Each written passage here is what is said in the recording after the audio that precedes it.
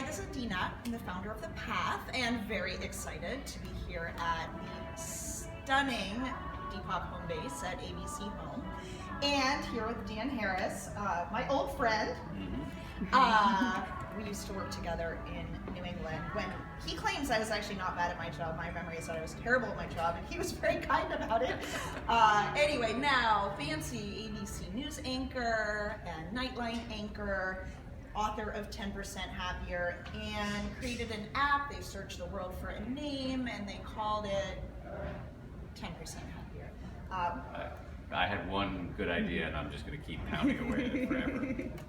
So one of the things we try to do at The Path is to say, meditation is not just for your friends that are kind of out there, you know, that are going to India once or twice or 5 times a year, that really want to sit on a mountain in Nepal for the rest of their lives. What have you noticed over the past few months or the past, say, year and a half that you've been talking about meditation?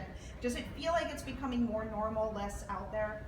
Definitely. I think it's just remarkable because when I started meditating, it was in 2009, it was an embarrassing thing to admit. Right. And especially within ABC News, it was hard to talk about it to other people because people thought you were really weird.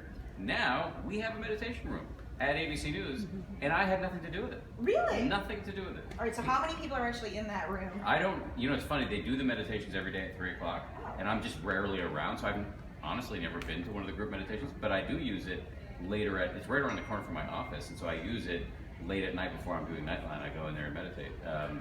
So it's a sea change. George Stephanopoulos, Robin Roberts, both meditators. The president of ABC News was the one who organized this big meditation push. Sharon Salzberg teaches classes at ABC News. The culture has shifted at ABC News for sure, and now you see it in corporations and the U.S. military, entertainers. I just interviewed Rivers Cuomo of Weezer the other day. Nice. 2 hours a day he meditates. That might put you and I to shame, actually. Not to brag, but a couple months ago I actually went to 2 hours a day. It's been very hard to do, but Are you doing Vipassana? Yes, 2 hours a day. The Goenka style. Not Goenka style, just my Joseph Goldstein IMS. Yeah. When do you do it? So the rules, Sharon Salzberg is a famous teacher. I was with her last night. Okay, she says there you hi. go. She's an amazing teacher. She's one of my teachers. She told me about this guy that she knows who wanted to do 2 hours a day, and he did this thing where he just told himself he could do as many sits of whatever duration he wanted. And so, I did an hour and 5 minutes this morning, and then I did 10 minutes before I got in a car to come down here, and then I did another 10 minutes in the car, so I know that now that I have 35 minutes left to do, and I will finish that up either in the car on the way home or after my wife goes to bed. And you are an anchor, you're also researching stories, you're writing, and you're a dad. Yeah, yes, and I started a company and I host a game show, so it's... So if you can do it. Yes. It's a little crazy, probably more than a little crazy, and partly I'm motivated. Look, I'm motivated because something happened, my hair got on fire, and this just happens to people where you're really motivated to see what else you can do. So I hesitate to talk about it a little bit because I do think that it does send the message to people that, oh, well, I need to up my game, I need to do 2 hours, or I can only be a real meditator if I do that amount. I think it's really important to point out that 5 to 10 minutes a day is enough.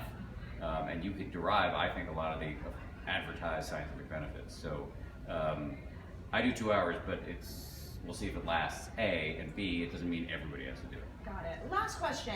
For those people that still come to you and say, you know what, it's not for me, what do you say to them? Well, so it used to be what I would hear was, oh, well, can I swear? Yeah. Meditation is bullshit. People, this is for hippies, it's for right, weirdos.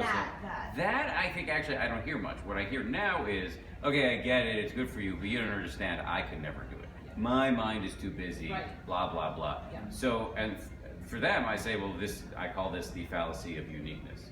The good news and the bad news is you're not special. Everybody's mind is busy. If that wasn't the case, we wouldn't need meditation. And the biggest PR problem facing meditation right now is people believe they need to clear the mind, which is impossible unless you're enlightened or dead. And we need to end that misconception and point out that meditation is about focusing the mind for nanoseconds at a time, getting lost, starting over, getting lost, starting over, getting lost, starting over, ad infinitum, and that's the game. And that anybody can do. And so the work is in the return, which is exactly what Sharon Correct. says and all Yes. of the great teachers. Yes, yes, yes. Thank you so much, and we look forward to hearing more from Dan this evening.